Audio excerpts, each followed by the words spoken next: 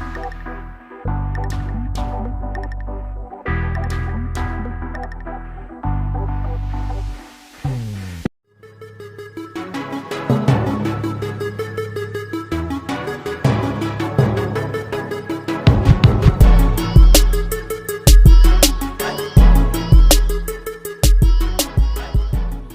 up mga kabit, ayan, magandang gabi sa inyong lahat. Welcome back dito sa ating YouTube channel. At continuous preparation pa rin tayo sa ating mga dadalhin sa Quezon. Ito yung mga panel box naman na nilalagay natin doon sa ating 3 unit na dadalhin sa Quezon. So magbubutas tayo ngayon. Kagabi inuti na rin natin yan at ngayon iutihin ulit natin hanggang sa matapos natin. So ito yung mga controller natin, speed controller, tatlo. So tatlo lang muna kasi yun lang naman kailangan natin eh. Tatlong pan at tatlong panel box. Then meron din tayo ditong input plug. Ayan, tatlo rin po ito. So nakahinang na to, hininang na natin to. I-assembly na lang natin to mamaya. Okay, magbubutas lang muna tayo para dun sa butas ng controller at saka yung input natin. Ayan, ganito. Okay, butas muna tayo. So ito na mga dito, butasan na natin. Ayan. So dito sa right side, ito yung para sa power supply, sa speed controller natin. And then yung sa left side para naman dito sa input, sa power input natin. Ayan, tatlo yan. So inuuti na natin para matapos natin. Then bukas magpe-prepare naman tayo ng mga unit natin. Then meron pa tayong bubutasan na isang nozzle burner. So dito naman magpe-prepare tayo, gagawin natin ganito. Ayan. Puputulin natin yung kulay blue at saka kulay white. Ang ititira lang natin ay kulay red at saka kulay black. Ayan. Ito pinuputol na natin to mga kabit. So bali tinitira ko pala yung tatlo para mas matibay yung para sa power supply, power cord or wire para sa power. Itong dalawang to, pula black. Ayan. Tapos itong kulay white, ayan, pinuputol ko na to, itong kulay white. Naputol ko na yan dito. Tapos ang ititira natin itong tatlo. And then lalagyan natin ng glue stick. Ayan, ito, para hindi siya expose. Ayan. Itong isa ganun din, putulin din natin itong isa na to. Tira lang natin yung blue, red saka white, blue, red, black. So yung blue wala na rin naman function yun, support lang siya para pampatibay lang ng wire natin. So itong white putulin na natin. So, wala nang function to, para sa CPU kasi ito eh, computer. Ayan, so dito lalagay na lang natin yan dyan, pero didikitan natin yan.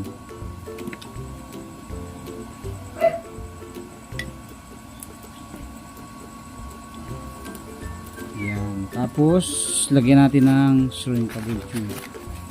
So ito yung mga shrinkable tube natin. Ayan.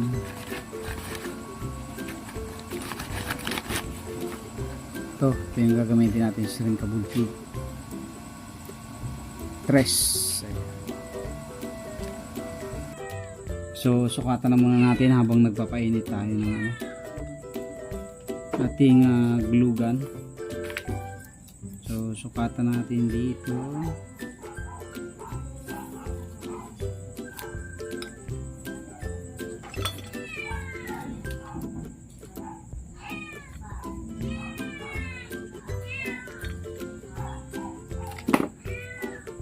Itong isa sukatan na rin natin para diretso na.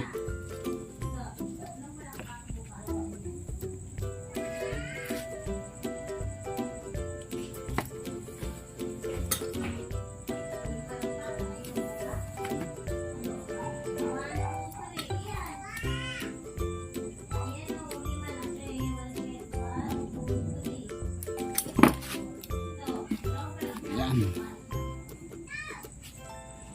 So ito mga kaduyot, lagyan na natin. So ang ginagawa ko, bago ko lagyan sa ibabaw, sa ilalim muna para dikit siya.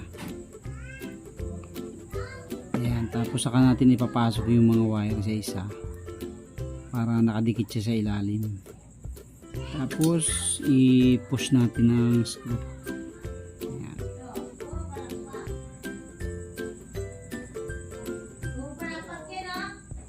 Okay. Tapos lagyan natin yung ibabaw.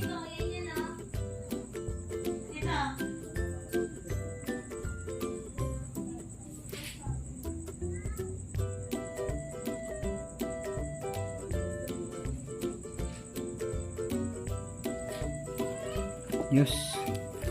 So itong isa ganun din. Lagyan mo natin yung ilalim para dikit yung wire. So mapoproteksyon na natin yung wire na hindi siya masisira pag ganyang nakapasok. I-push lang natin to ng konti yung wire para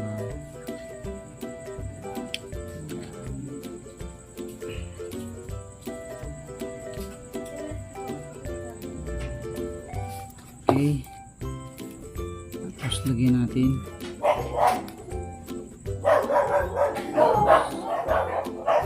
And then ipasok na natin sa shrinkable tube.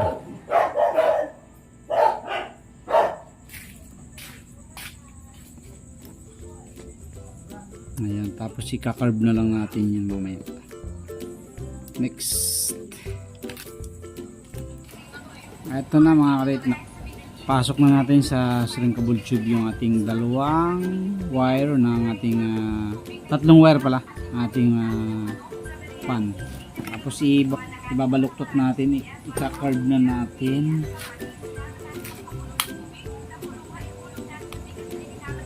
Yan, ganyan lang.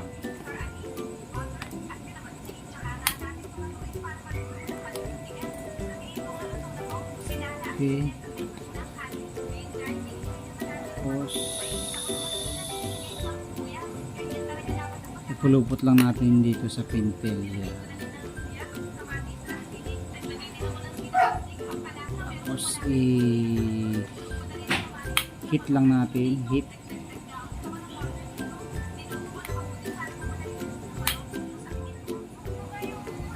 So okay, mamaya natin tanggalin yan. Tapos ito buuin na natin muna yung isang panel box. Dito muna tayo sa isa. So tandaan nyo lang yan, dapat ang lalabas lang dito pula at saka black. So yan yung supply natin para sa ating speed controller. Yan. So dito muna tayo, number 4. Yan, number 4. So meron tayong ano dito, insulator. Bago natin siya buuin, nilalagyan ko muna siya ng insulator dito. Ayan, sa may tapat ng ating speed controller para hindi siya mag-shorted.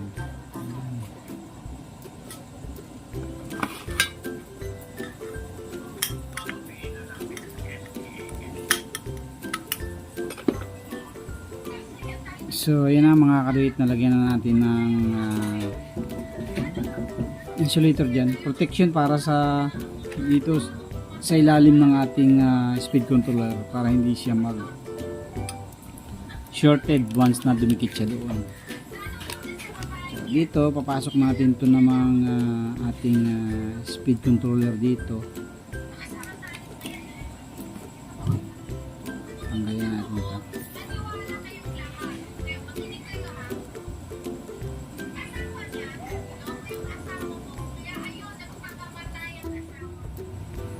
Okay, ito na yung ating speed controller.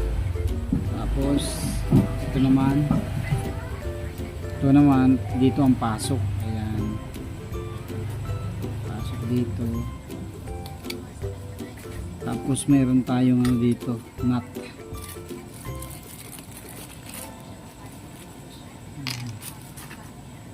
So hihigpitan naman natin dito yung nut sa loob. So ganito lang tayo gumagawa ng ating speed panel box. Medyo matrabaho rin pero inuuti-uti ko na lang to para hindi na masyadong abala pa.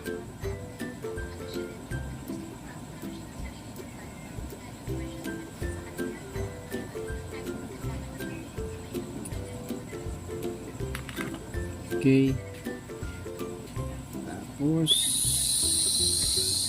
pasok na natin yung wire. So ang negative ito nasa magkabilang dulo, tapos positive yung dalawang loob.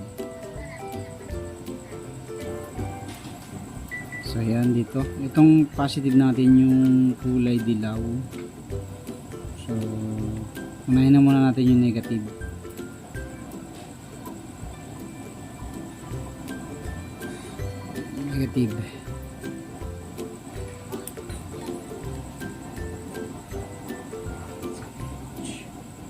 Tapos positive natin itong isa.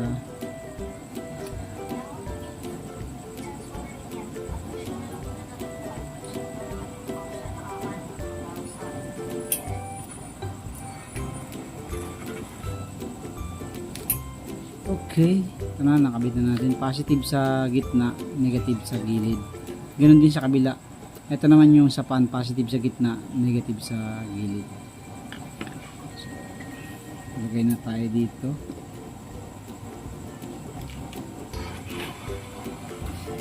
Pasok na muna natin dun sa butas.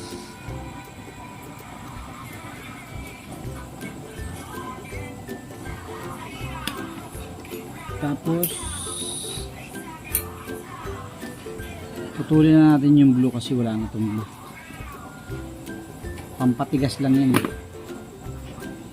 para maalalayan yung dalawang wire natin.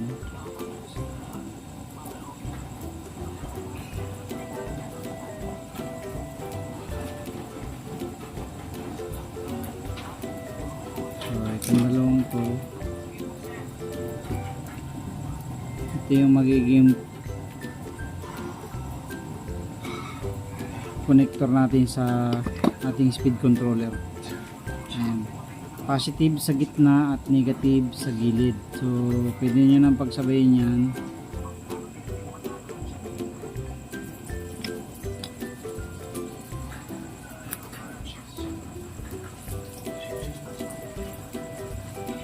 Okay, ayan na mga kabit, may kabit na natin. Kailangan double check natin kung maganda ang kapit para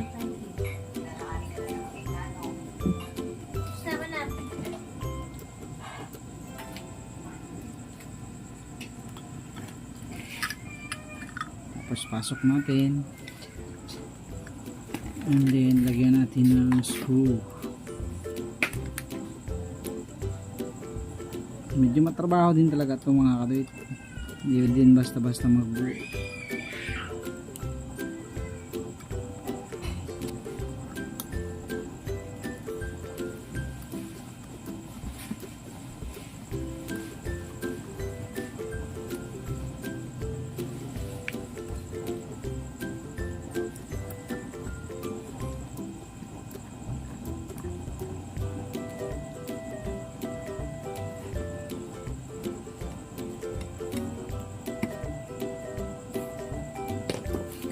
Yes.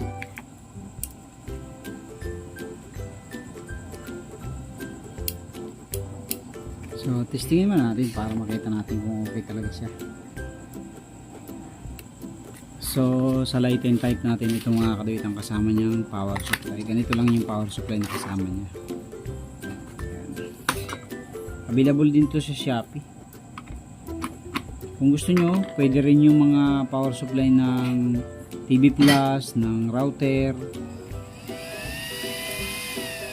Okay, so, mandar na agad, hindi pa natin na isasaksak. Ito.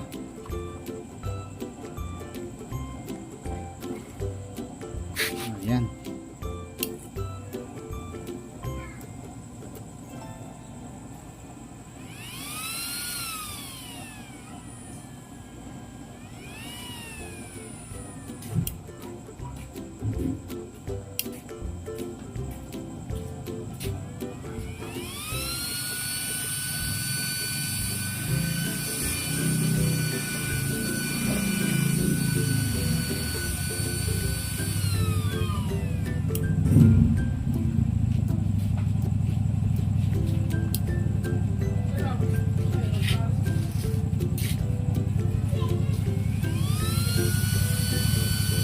Okay, so ganun lang.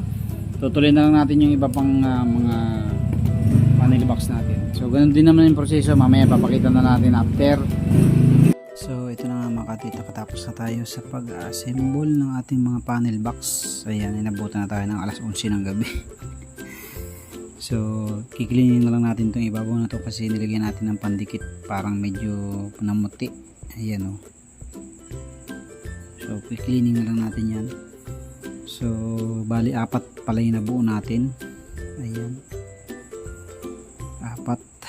So yung isa ibibigay natin sa tatay ko, and then yung 3 para doon sa 3 dadalhin natin pa Mulanay. Ayan.